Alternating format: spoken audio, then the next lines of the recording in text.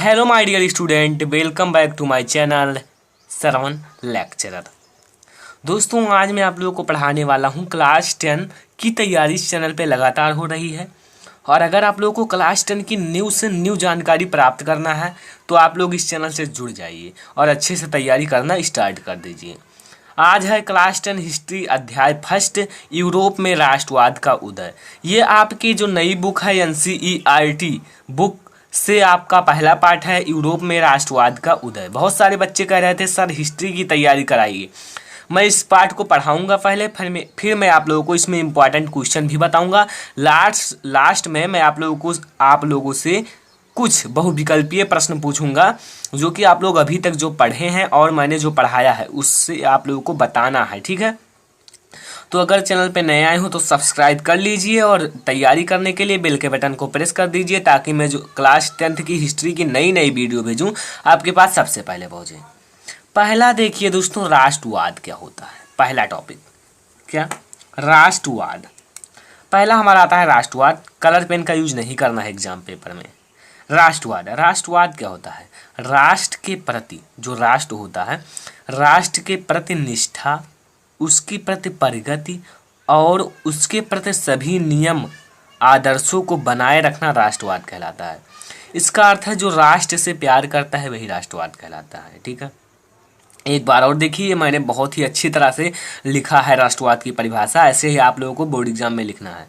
राष्ट्र के प्रति निष्ठा, उसकी प्रगति और उसके प्रति सभी नियम, जो उसके प्रति जो नियम है, सभी नियम आदर्शों को बनाए रखना राष्ट्रवाद कहलाता है, ठीक है। तो इतना याद रखना। आइए अब हम लोग राष्ट्र की परिभाषा देखते हैं। राष्ट्र से बना है राष्ट्रवाद। तो आइए मैं आप लोगों को बताता हूँ राष्ट्र की परिभाषा। हम लोग इसमें बहुत सारे टॉपिक्स को क्लियर करने वाले हैं। राष्ट्र अर्नेस्ट रेनर के अनुसार सामान्य भाषा, नस्ल, धर्म से बने क्षेत्र को राष्ट्र कहते हैं।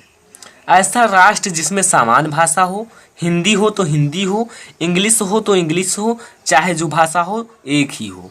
तो अर्नेस्ट रेनर के अनुसार क्या कहे थे अर्नेस्ट रेनर जी ने कि सामान्य भाषा, नस्ल, धर्म से बने क्षेत्र को राष्ट्र कहते हैं, ठीक है।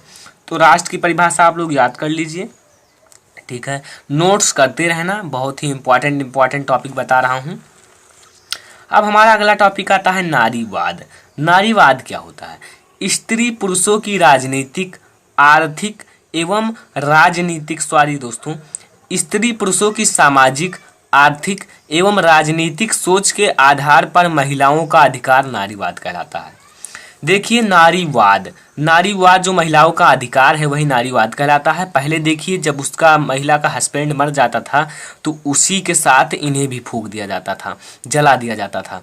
तो ये था पहले नारीवाद की पिछड़ी अवस्था। और अब देखिए, अब तो कुछ भी हो, कोई वो नहीं है, कोई फर्क नहीं है। स्त्री पुरुषों की सामाजिक, आर्थिक एवं राजनीतिक सोच के आधार पर महिलाओं का अधिकार नारीवाद कहलाता है, ठीक है। आइए आगे देखते हैं। अब दोस्तों हम लोग देखने वाले हैं कि जो नारीवाद है, नारीवाद की स्थापना किसने की थी, ठीक है। ये भी एक इम्पॉर्टेंट टॉपिक है, 1 नंबर या 2 नंबर के लिए।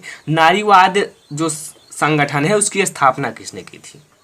तो आइए मैं आप लोगों को बता देता हूँ। बहुत इंपॉर्टेंट पॉइंट्स मैं आप लोगों को ढूंढ के बताऊंगा। लुई ने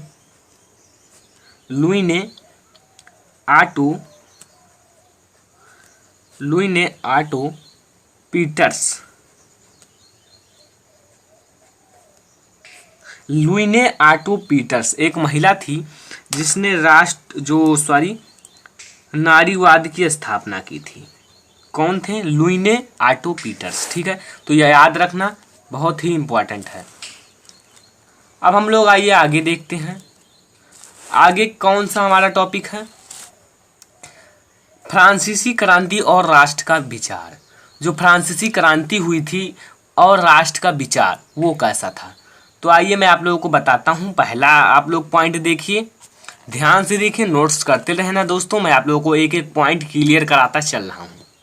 देखिए, फ्रांसीसी क्रांति की शुरुआत 1789 ईस्वी में हुई थी। जो फ्रांसीसी क्रांति है उसकी शुरुआत कब हुई थी? 1789 ईस्वी में। ठीक है, तो ये याद रखना दोस्तों। तो फ्रांसीसी क्रांति की शुरुआत 1789 ईस्वी में हुई थी। दूसरा है, फ्रांसीसी क्रांति में सभी लोग की मांग थी। जो फ्रांसीसी क्रांति हुई थी उसमें सभी लोगों की मांग जो थी कि राजतंत्र को हटाकर प्रजातंत्र बनाया जाए। प्रजातंत्र यानी कि जनता जनता सोच रही थी कि राजतंत्र जो है उसे हटा दिया जाए और प्रजातंत्र उसके स्थान पर लाया जाए। ठीक है, तो एक एक पॉइंट को याद रखना।